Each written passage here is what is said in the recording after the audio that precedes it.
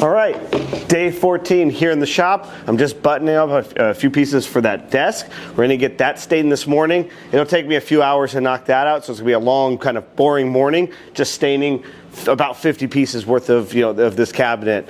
Got here just before 9 o'clock, set up the studio. I can't wait to show you that. We're gonna be on another podcast, so I had to get all the lighting set up, it cleaned, all the tables prepped, everything ready to go. Stay tuned for it. It's gonna be on a channel called Maker's Legacy with Michael. I can't wait to get on it. It's been a few months since I've been on a podcast, so I'm really itching to do that. Maybe I should start my own podcast. Let me know down in the comments below if that's something you would be interested in listening to. Talking about my history in the refinishing industry, maybe backstory where I got started, talking with other refinishers, maybe other students. I'm really curious what your guys' thoughts are. Let me know down below. As you can tell, Ivan's not here again today. He ended up getting a viral infection like in his chest and his lungs. He's on some antibiotics. He said he was feeling a lot better today, that he may have come in, but he's still a little contagious. So I just said, if you want to, stay home. It's probably better that you're there versus here getting me sick, taking it home to me, to the wife and the 3 kids at home. I don't think we need that. So I said, here's the color. We had it custom made over there at Wood Repair Products. They had to match a sample. I'll pull out the sample and show you what the final product will be, but this is just the starting color. It's like a medium gray tone. It's going to go a little bit more on the blacker side, so we actually have to use a glaze after this to add that layer of color. Like I said, it's going to be a long, boring morning. I have, like I said, all these pieces just to do. It's just a repetitive one after another. Nothing exciting. Like sometimes these jobs, they still pay very good. They're still a good job to get in the shop. But I really do enjoy working on 5 or 6 pieces of furniture versus one like large set like this. It's just more fun. I find it more enjoyable than this repetitive nature of one piece after another. So I got that all mixed up. I'm gonna just cut up a small piece on here of this rag. And there's my application rag. What I'm going to do too, I'm going to get a piece of tape so I can tape up the writing on the back. That way they can see it when it's done. It's going to be hidden. They actually had tape on the other ones that they want us to clear coat over to keep them, protect them. They just everything has a specific spot for this job. We don't want to mess that up for them. Okay, I got the tape. What I'm going to do is cut just a nice square. Set this right over the writing. Then I'll cut it square on the other edge as well. So that way it keeps it protected. Customer will be happy. If the customer's happy, then I'm happy. I've done it before. It's like I'll stain over it, but by the time you get to the finished product, you've layered 3 or 4 coats of just stain, dye, a glaze, and then a dye stain on top to tone it a little bit. And then at the end, you can't see the piece, the writing. So better to just do that. We're using, this is a gel stain, and it's just going to get us that blue gray that kind of is real popular. But like I said, it's not the color we're going for. It's just the base.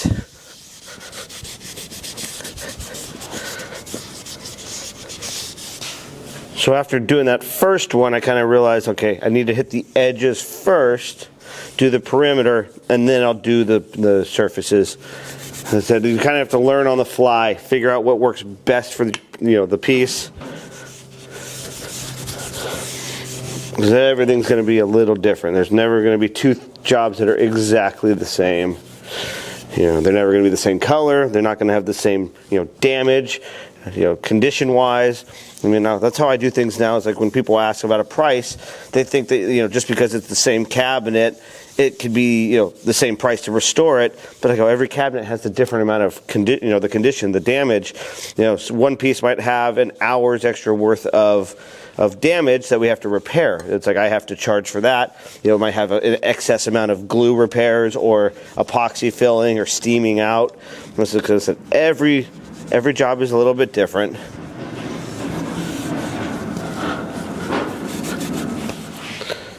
So now I said we'll just do the front side.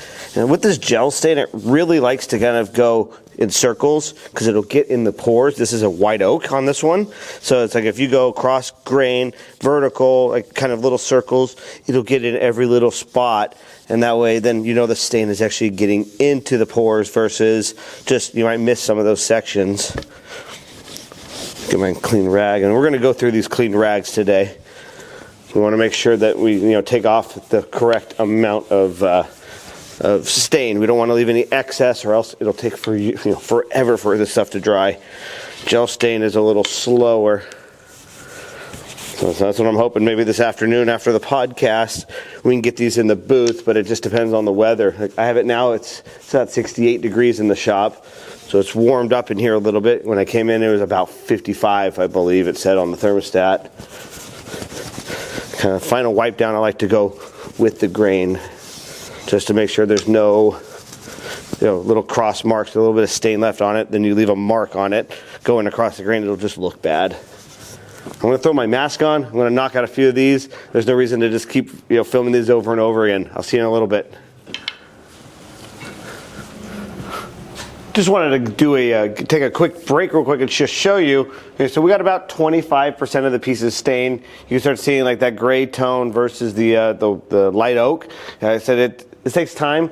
I said it's been about, I think, 30 minutes, 35 minutes that it took to do this, and I have about 3 more sections about that large. So this will probably take, like I said, about an hour and a half to 2 hours just to stain all these pieces. So back to it. Since I know you like watching the process, we'll film this again one more time. We're going to tape up these these writings for the knee space.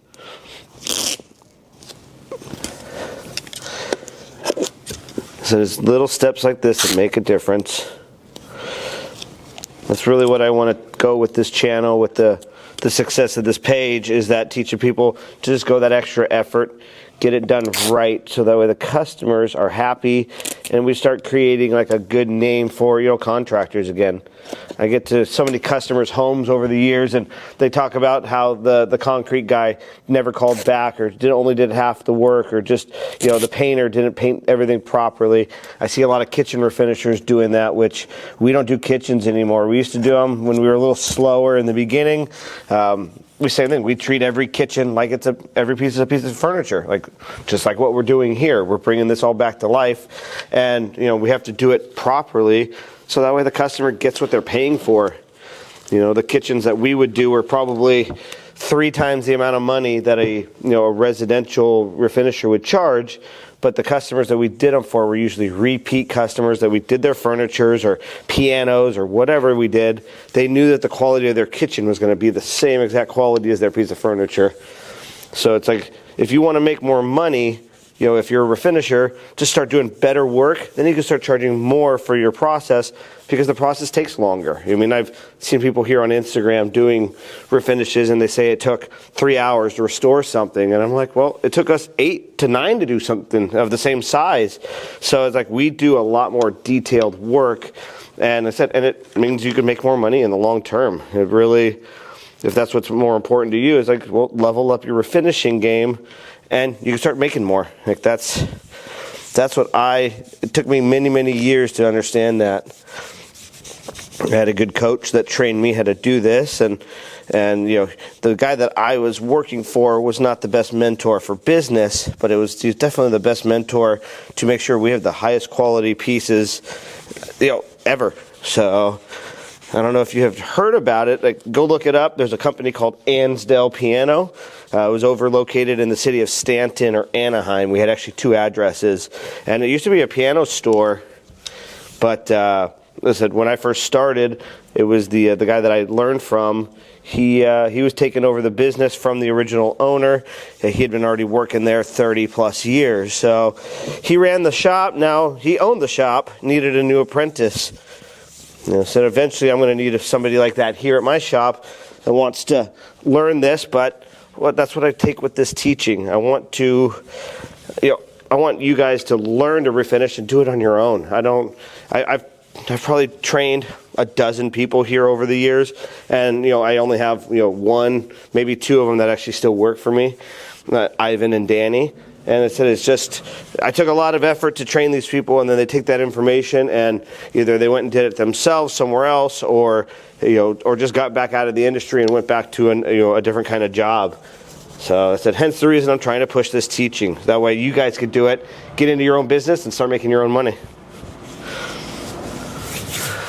All right, I just finished up the podcast with Michael DeFazio from the Maker's Legacy podcast. I think we were on the call for about an hour and a half, almost hour and 40 minutes. Had a great conversation, told me that it was the longest podcast that he thinks he's ever done, and we could have gone for probably another hour. It was pretty amazing. Go, stay tuned. You're going to want to check that out. Go follow his Instagram pages. I'll tag them down below, so that way you can get see what he does. He does a lot of coaching in the business industry with furniture manufacturing and things like that to help you better your business. Not quite refinishing like what we do here.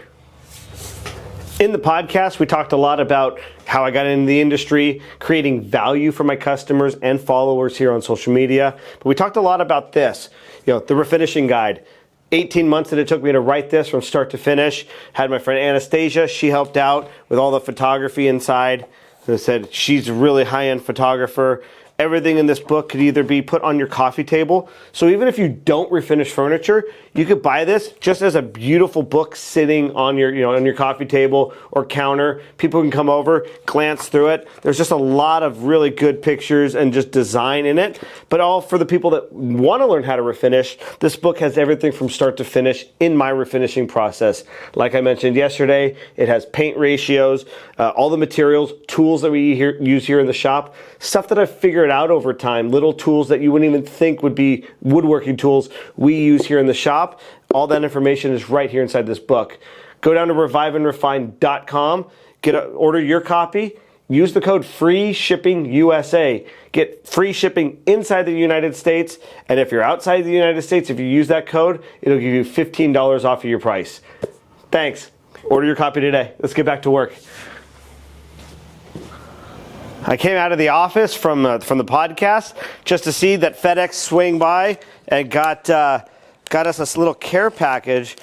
So what it is the guys over at Benko, the stripping supplier, sent me some of their more eco-friendly and residential-based strippers that you could buy.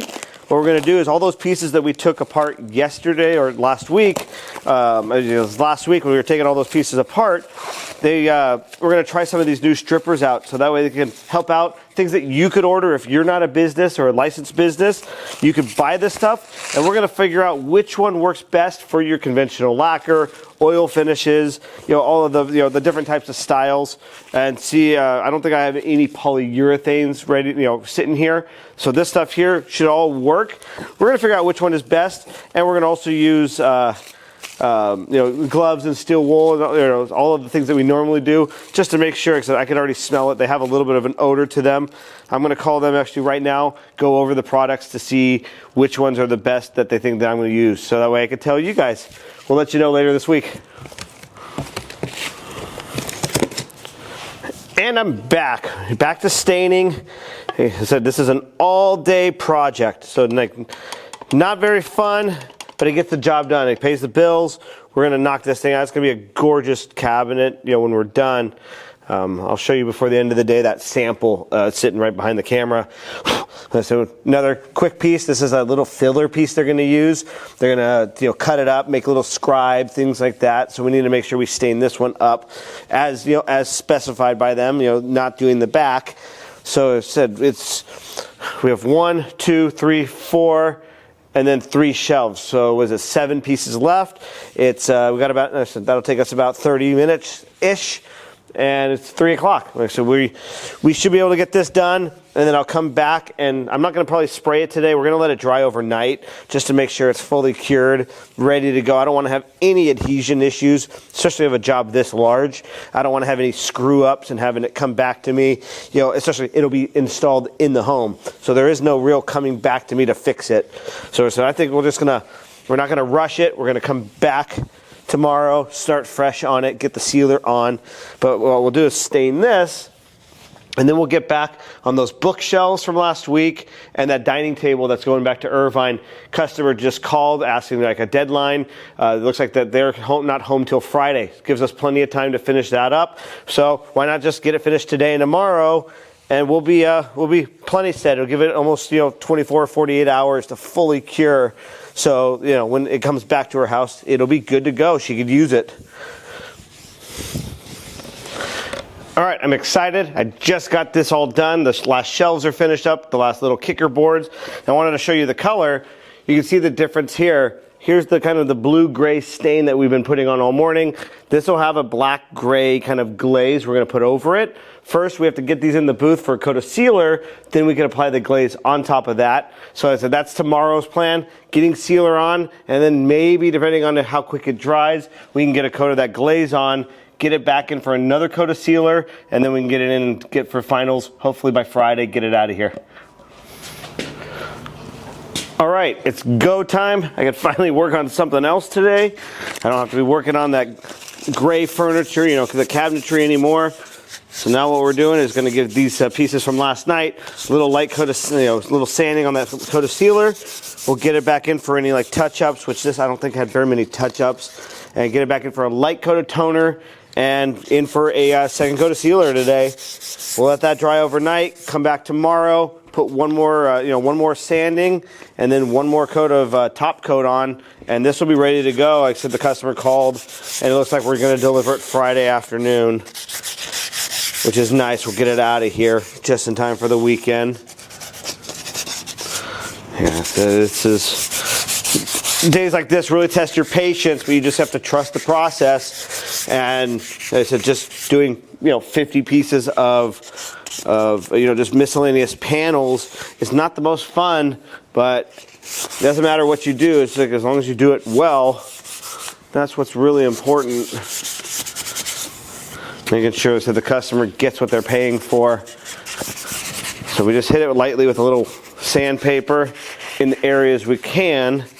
Then we'll take the sanding sponge and get everywhere else that we can. Like I said, this is about a 320 grit sponge now at this point.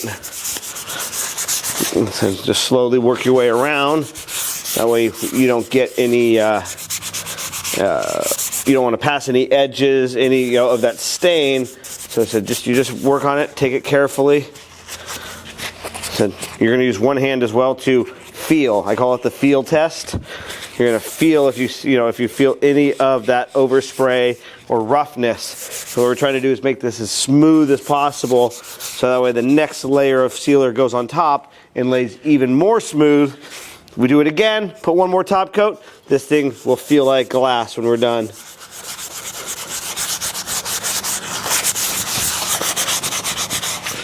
Okay, I'm just about done with this. Going to blow off the little bit of dust that's inside the corners. Just do one more little wipe down with my rag. And I'll grab the table. Let's roll it over.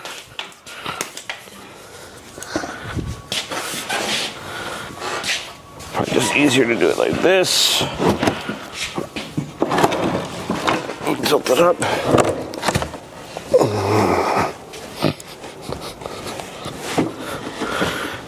And like I always say, we do the bottoms of these pieces. All of this has got just a light coat of sealer. We're going to sponge it, put a second coat of sealer just lightly on it. But now it's sealed and protected, so that way it's just better for the piece since it's solid hardwood.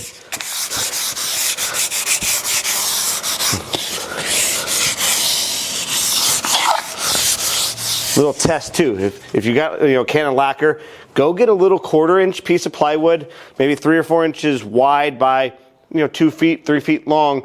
Go spray one side of the lacquer or of the cabinet, the tabletop. Spray that side of the plywood and leave it, let it dry. You'll start seeing that it's going to warp up in the direction. Same kind of thing happens here. It's a lot thicker, different kind of wood.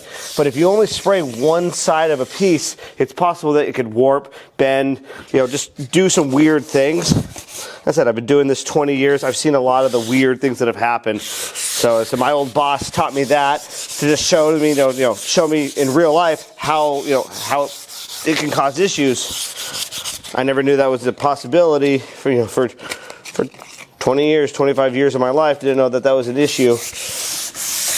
Now, we just, like I said, we go above and beyond. Is this gonna warp like 3 inches? No, probably not. But could it crack in some of these seams where it's glued up? Very likely. So I don't know what they did in this generation of furniture. Like, I call this grandma's furniture because my grandma had this style of furniture as well. You know, all that solid birch or solid maple. And a lot of times, like I said, the glue didn't hold up. I don't know what type of glue they used at that generation. Maybe it was when they kind of transitioned from hide glue to maybe just your typical wood glue. I forget the initials for that, but just your normal wood glue. And maybe this was an early generation of glue that didn't hold up with the test of time. Like I said, this thing's probably 70 years old, so it's not like it didn't hold up for for a good amount of time, but it's still, other pieces from the same generation didn't have this issue, but a lot of it, those were pieces that were used with plywood. They built it out of plywood. This one is built out of solid hardwood. Big difference, can cause issues. I'm just here to tell you the information. What do they say? Get the information from the people that have it to the people that need it. That's what we're doing here with the refinishing techniques. This is all information that I have stored right inside of my brain that I'm just trying to get out there to all of you.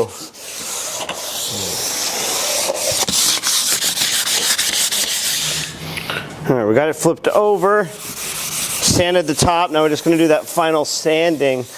And as I'm working on it, I actually noticed that the top is a little lighter than the legs. The legs are about the color that we're trying to get to for the original color.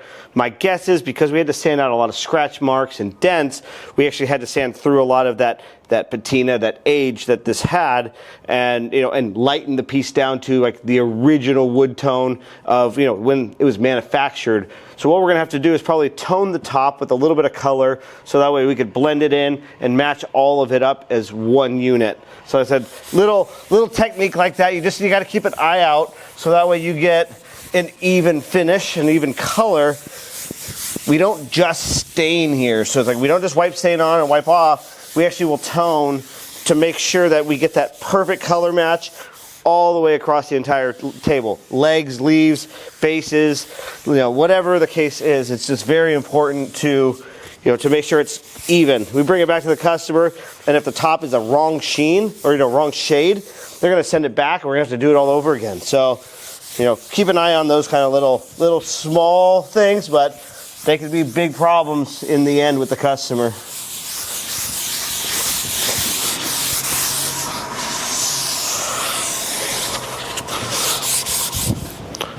We are back in the booth. I want to mix up a little bit of the color that I want to go with. I'm thinking just a touch of the medium brown walnut. Should just do it. It'll add a little bit of like the brown with a touch of the orange, and like I said, more on the brown tone. We'll mix up. There's a little bit left over from the other day. I got no sealer left in there. Always make sure to give these good shakes or good stirs, depending on what you have. And it's because they get a lot of the sediment down at the bottom. You want to make sure it's fully agitated, or else you're not going to get an even coat of the sealer. Plus, when it's full, it'll give you a good workout. Just going to kind of make that ratio.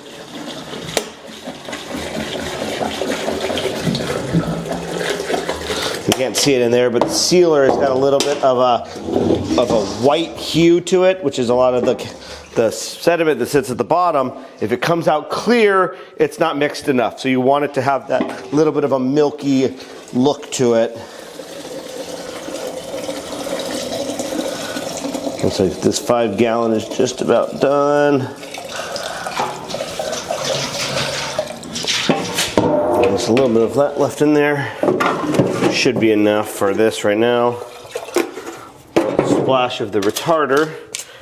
What we're going to do is give that a little mix up. So I could add just another splash into this. It was a little too concentrated on the last when I just checked it. Do that too, get your strainer, check the color that way. We look just about right. So I had to run and get my mask. It was on the other side of the shop. I was using it when we were doing the staining. So get it on, shoot a few coats on the top, and maybe 3 coats to maybe 1 light coat on the bottom, and just do that maybe once or twice to build up the color slowly. We'll roll it out once. We'll take a look at it, see how it looks under the lighting and against the bases, and then we'll get the bases in here for 1 coat or 2 coats just to richen it up. It gives it a new depth of character when you do that. Get this all plugged back in.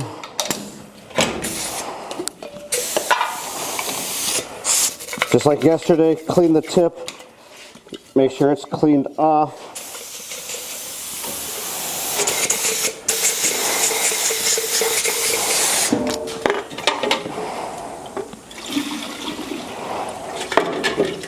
Get a little bit in the gun.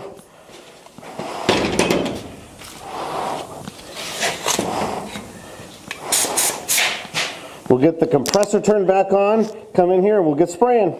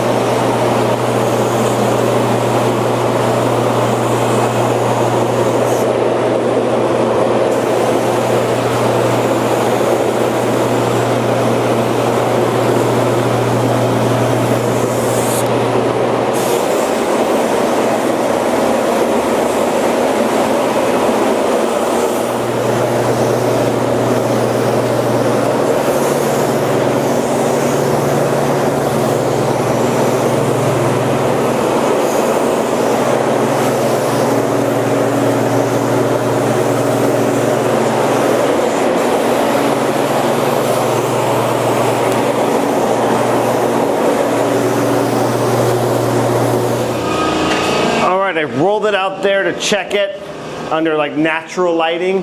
This lighting in here is very intense, very bright. So pulling it out, I want to make sure I didn't make it too dark. We're still about half a shade too light. So what we're going to do now, get my mask back on, put another couple coats on the top. The skirt and the edge all look pretty good. So we're good there. It's just mainly doing the top one more time.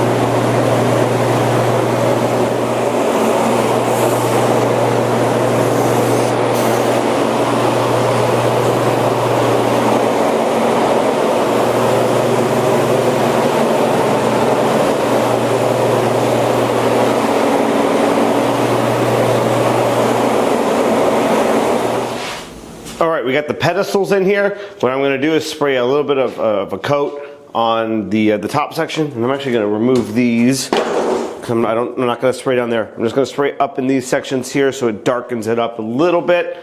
It's a little light as well. First, I'm going to blow it all off. Make sure there's no dust sitting on this table that can get into my finish.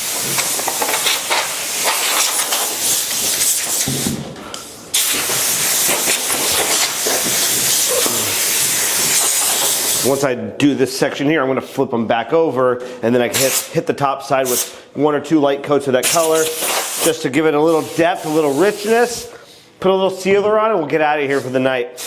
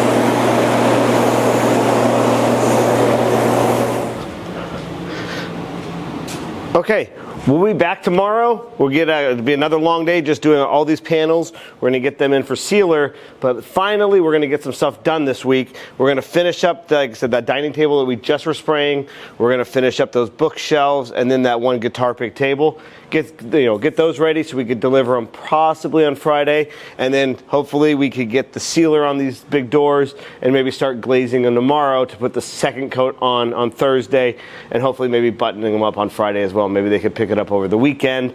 We shall see. As I said, having Ivan gone, it's been just me here. I've been doing what we can. But we'll, I said, it should be back tomorrow. He said he's feeling much better. It's just, let's just take an extra day to just recover, make sure it's all good, and he's feeling 100% when he comes back. I said, we'll see you guys tomorrow. Thanks for being here. If you like these videos, go and subscribe and share this page on your social media. Help spread the word, make this thing start blowing up, and I'd really, really appreciate that. Have a good night, guys.